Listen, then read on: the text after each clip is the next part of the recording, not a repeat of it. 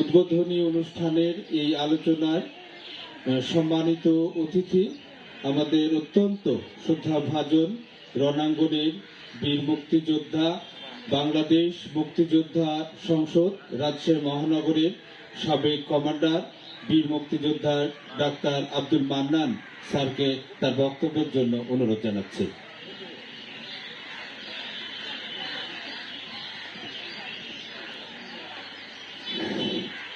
শুভ অপরাহ্ন। সূর্যকিরণ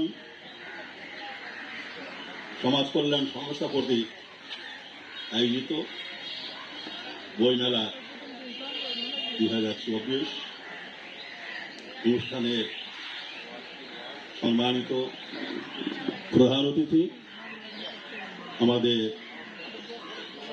সকলের শ্রদ্ধাভাজন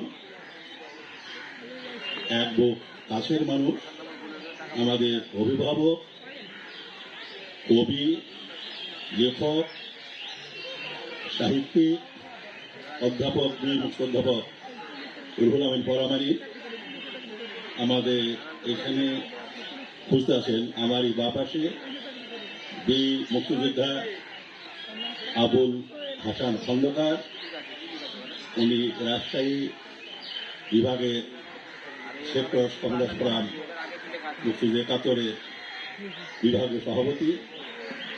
আমার ডান দিকে বসে আছেন আমাদের অত্যন্ত শ্রদ্ধাভাজন শিক্ষাবিদ, একজন সফল শিক্ষাবিদ, রাজশাহী কলেজের সাবেক সফল অধ্যাপক জনাব হাবিবুর রহমান, যার সময়ে রাজশাহী কলেজ আমার মনে হয় পরপর তিনবার বাংলাদেশের শিক্ষা শ্রেষ্ঠ প্রতিষ্ঠান হিসাবে গৌরব অর্জন করে। ধন্যবাদ। এবং তার পাশেই বসে আছেন একজন আমার অত্যন্ত সজ্জনিক, অত্যন্ত শ্রদ্ধাভাজন এই রাজশাহী সিটি কর্পোরেশন বলে এবারে 5 বারে নির্বাচিত কাউন্সিলর, সাবেক প্যানেলের 2 সৈফুল ইসলাম বাবু। তার পাশেই আছে আমার রুহুল আমিন, আমার খুবই প্রিয় মানুষ, অত্যন্ত ভালো মানুষ, আমার মতিয়া থানার অন্তর্গত অন্তঃসংঘ ওয়ার্ড আওয়ামী লীগের সহসভাপতি।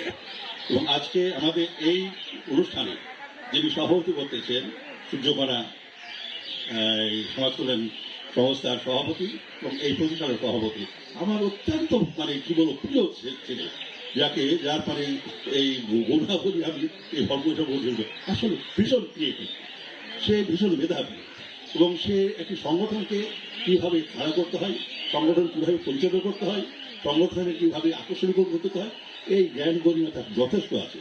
আমার মনে হয় সে আগামীতে এই প্রতিষ্ঠানটাকে আরও একটা ভালো জায়গায় নিয়ে যাবে। এবং আজকে আমার মনে হয় যে আমাদের এখানে দর্শকের সংখ্যা দীর্ঘ এবং আমার সামনে অনেক সুদীজন আছেন এবং আমাদের এই প্রতিষ্ঠানের যারা সঙ্গে সম্পৃক্ত আছেন, যে কর্মকাণ্ডের সঙ্গে যখন আছেন তারা অনেক আছেন, তাদের সকলের প্রতি শুভেচ্ছা।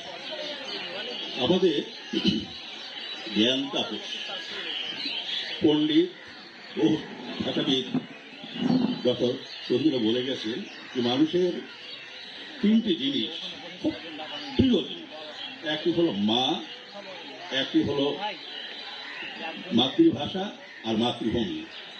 এই 3টে যে কোনো একটার উপরে যদি আঘাত আসে বা অবস্থা হয় সেটা মানুষ কিন্তু মেনে নেয়। বাঙালির ব্যাপারেও ঠিক একই জিনিস বলা চলে যে 1952 সালে যদিও 21-এ এর শুরুটা হয়েছিল 1947 সালে নভেম্বরে, এবং এই বিষয়টার সূত্রপাত হয়েছিল কিন্তু ওই ভারতের উত্তরপ্রদেশ থেকে। সেখানে আপনার জিয়াউদ্দিন সাহেব, রফিকুজ্জামান এবং আরও কিছু ডিস্ট্রিক্ট তারাই আমাদের জিন্না সাহেবের মাথা করে ওয়াজ করে তারাই এসে বলতে।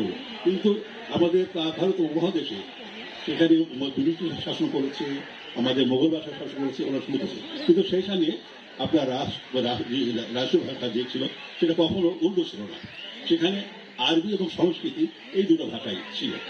পরবর্তীকালে 2 বছর পরে এটা হয়ে হচ্ছে। কিন্তু আমার মনে হয় যে এই ভাষার জন্য আমাদের যে সামনে আমি ছবিতে দেখতেছি যে সেখানে 3জন ভাষা শৈলীকে বুঝি। একজন হলো আমাদের শ্রদ্ধেয় শিক্ষক আবুল হোসেন, ওখানে সাংবাদিক শাহিদুল আহমেদ এবং অতীশদিন, এরকম সারা বাংলাদেশে ভাষা আন্দোলনকে কেন্দ্র করে সারা বাংলাদেশে শুধু ভাষা শৈলীর না, আমাদের মানে একেবারে শিশুরা পর্যন্ত সে সময় তারা মাঠে নেমেছিল মায়ের ভাষাকে ইয়ে করে। এবং পৃথিবীর মধ্যে একটা বিরল ঘটনা যে ভাষা থেকে স্বাধীনতা, এটা এবং ভাষার জন্য এই যে রক্ত দিতে হয়েছে, এটা বোধহয় আর কোনো জাতিকে ভাষার জন্য রক্ত দিতে হবে। আমাদের জাতির পিতা বঙ্গবন্ধু শেখ মুজিবুর রহমান, উনি এই ভাষা আন্দোলনের উনি একটা দেশ উপহার দিয়েছেন। কিন্তু যদি বলি বাংলা ভাষাকে রাষ্ট্রভাষা প্রতিষ্ঠার জন্য ওনারও অনেক অবদান, সেই অবদান আমরা তার ঋণ শেষ করবো। তিনি যেমন বঙ্গবন্ধু, তিনি জাতির পিতা, এবং ভাষার ব্যাপারেও তারা সে যদি বলি সেও যদি এক নম্বরে আসবেন যে তার যে অবদান। দেখেন 1974 সালে উনি জাতির সঙ্গে সেখানে অধিবেশনে সেখানে বাংলায় কথা বলবেন, ভাষণ দিলেন। আবার 54 সালে বিশ্ব শান্তি সম্মেলন হচ্ছিল, সেখানে গিয়ে দুইজন আপনার বাংলায় ভাষণ দিয়েছেন, পশ্চিমবঙ্গের মনোজ বসু আর আরেকটি হলো আমাদের বঙ্গবন্ধু শেখ মুজিবুর রহমান। তো এই যে ভাষার প্রতি যে আমাদের বঙ্গবন্ধুর যে উনি বলতেন যে ভাষাকে যারা অস্বীকার করে তারা আমাদের এই সংস্কৃতিকে অস্বীকার করে, আমাদের বাঙালিকে যারা অস্বীকার করে তাদের সঙ্গে বসবাস করা যায় না। তিনি তখন বুঝতে পারছিলেন যে না, আমাদের এদের সঙ্গে আমাদের চলবে না, এদের সঙ্গে থাকা যাবে না, এই কথাটা তখনই উনি অনুভব করেছিলেন। এখন যে বিষয় হলো কি, আজকে আমরা কি দেখছি পরিস্থিতিতে যে আমাদের যে মাতৃভাষা আমরা রক্ত দিয়েছি মানুষের উপর করি, কিন্তু সত্যি আমরা বাংলা ভাষাকে রাষ্ট্রের যে পর্যায়ে রাষ্ট্রীয়ভাবে আমরা আমাদের ভাষাকে কি প্রতিষ্ঠিত করতে পেরেছি? এই প্রশ্ন আজও আমাদের মাথায় আজকে করতে পারি না, এটা আমাদের ব্যর্থতা। আজকে আমাদের স্বাধীনতার পরে 1972 সালে বঙ্গবন্ধু কিন্তু সংবিধানে আমাদের এই যে ভাষাকে উনি রাষ্ট্রভাষা হিসাবে স্বীকৃতি দিয়েছেন। এবং এই কয়েকদিন আগেও 21শে ফেব্রুয়ারি যখন এই আপনার 21শে মেলাটা যখন ছোট হয়, তখন আমাদের প্রধানমন্ত্রী শেখ হাসিনা বলেন যে এই মেলাটা আমার প্রত্যেকটি উপজেলায় হওয়া উচিত। এই জন্য হওয়া উচিত আমার হবির সাহেব বলেছেন যথেষ্ট যে আমরা এখন ইউটিউব নিয়ে ফেসবুক নিয়ে এই নিয়ে মহাব্যস্ত, আমাদের লেখাপড়ার পরে বই পড়ার বা বই দেখার বা এই দেখার আমাদের সময়ের বড় অভাব। কাজে আমাদের এটা কিন্তু আমাদের ভবিষ্যতের জন্য, আমাদের দেশের জন্য, জাতির জন্য একটা একটা কি বলবো যে একটা দুঃসময় যাচ্ছে। কাজে এই দুঃসময় থেকে আমাদের ফিরে আসবার জন্য আজকে এইখানে যে যারা উদ্যোগ গ্রহণ করেছেন তাদের প্রতি আমি ভীষণ মানে কি বলবো যে আমি তাদের প্রতি ভীষণ খুশি যে তারা যথাসময়ে যথাভাবে একটি উদ্যোগ গ্রহণ করেছেন এবং আগামীতেও এই উদ্যোগগুলো যে গ্রহণ হবে। আমরা চাই যে আজকে বাংলা ভাষাটা রাষ্ট্রের প্রতি দাপ্তরি ভাষা হিসাবে ইয়ে করো, আমরা ইংরেজি নিয়ে একটা ইয়ে করো। ইংরেজি কি বাংলার থেকে ভালো ভাষা? আজকে 1913 সালে আমাদের আমাদের বিশ্বকবি রবীন্দ্রনাথ নোবেল প্রাইজ পেয়েছেন এবং আজকে এটা আন্তর্জাতিক মাতৃভাষা হিসেবে প্রতিষ্ঠিত হয়েছে। সারা বিশ্বের মানুষ আগামীকাল এই ভাষাটাকে এই বিলটি তারা প্রতিপালন করবে। তো এই বিষয়গুলো আমাদের মাথায় রেখে আমরা যারা শিক্ষার সঙ্গে জড়িত আছি, আমরা সমাজের সঙ্গে জড়িত আছি, আমরা সাহিত্য সংস্কৃতির সঙ্গে জড়িত আছি, আমাদের কিন্তু এই ভূমিকাটা পালন করতে হবে। এই জন্যই করতে হবে যে আমার ভাষা, আমার ভাষা ছাড়া আমার মনের ভাব, আমার মনের কথা, আমার মনের আকুতি প্রীতি আমি সবকিছু প্রকাশ করি আমার ভাষা দিয়ে। তাই সেই ভাষাকে আমাকে যথাযথ জায়গায় আমাকে স্থান দিতে হবে। আমাদের বই পড়তে হবে, বই পড়াতে আগ্রহ সৃষ্টি করতে হবে। আমাদের মেলা 5 দিন যেটা হচ্ছে এটা খুবই ভালো মেলা, আমি বলি এটা হওয়া উচিত। এবং আগামীতে আমরা যারা এখানে আছি, এই যারা উদ্যোক্তা যারা এগিয়ে করেছে, আমরা তাদের পাশে আছি, তাদের পাশে থাকবো, তাদেরকে উৎসাহ জাগাবো, জিত করবো এবং আগামী বাংলাদেশ যেন বিশ্বের মুখে যখন আমরা বাংলাদেশ একটা উচ্চতায় নিয়ে গেছে আমাদের জাতির পিতা বঙ্গবন্ধু শেখ হাসিনা। আমরাও চাই যে বাংলাদেশ শুধু উন্নয়ন না, আমাদের ভাষা, কৃষি, কালচার, শিল্প, সাহিত্য সব কিছুতেই যেন আমরা একটা অগ্রগতি ভূমিকা রাখতে পারি আমাদের সেইভাবে। তাহলে একটা মজবুত জাতি, একটা শক্তিশালী জাতি, আমরা সাংস্কৃতিক জাতি একটা গড়ে তুলতে হবে। সেই কাজটি আমাদের করতে হবে। এই দায়িত্ব আমাদের সকলের, রাষ্ট্রের যেমন দায়িত্ব, আমাদের নিজ প্রত্যেক পরিবারের সন্তানদেরকে আমাদেরকে সেইভাবে গড়ে তুলতে হবে।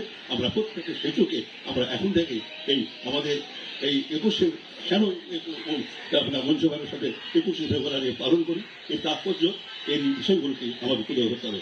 আমি শেষে এটুকু বলে যেতে চাই যে ভাষার বিকল্প নাই, ভাষার বিকল্প আমাদের সংস্কৃত সাহিত্য নিয়ে আমরা হতে হবে। আমার বাঙালি তো, আমি বাঙালি, এ কথা ভুলে গেলে চলবে না। আমি ইংরেজ হতে পারবো না, আমি হতে পারবো না, আমি বাঙালি, বাঙালি থাকবো, বাঙালি হিসাবে আমার পরিচয় দিতে হবে। আমি অনেক কিছু বললাম, তো আমার কথা হলো কি, আমরা এসেছি, ভীষণ ভালো ভালো কথা বলেছেন এবং আমরাও তার সঙ্গে একমত হয়েছি এবং আমরা একসঙ্গে আছি, একসঙ্গে থাকবো। আমরা যারা এখানে উদ্যোক্তাদেরকে আমরা ধন্যবাদ জানাই। আমি আমার এই বক্তব্য শেষ করছি।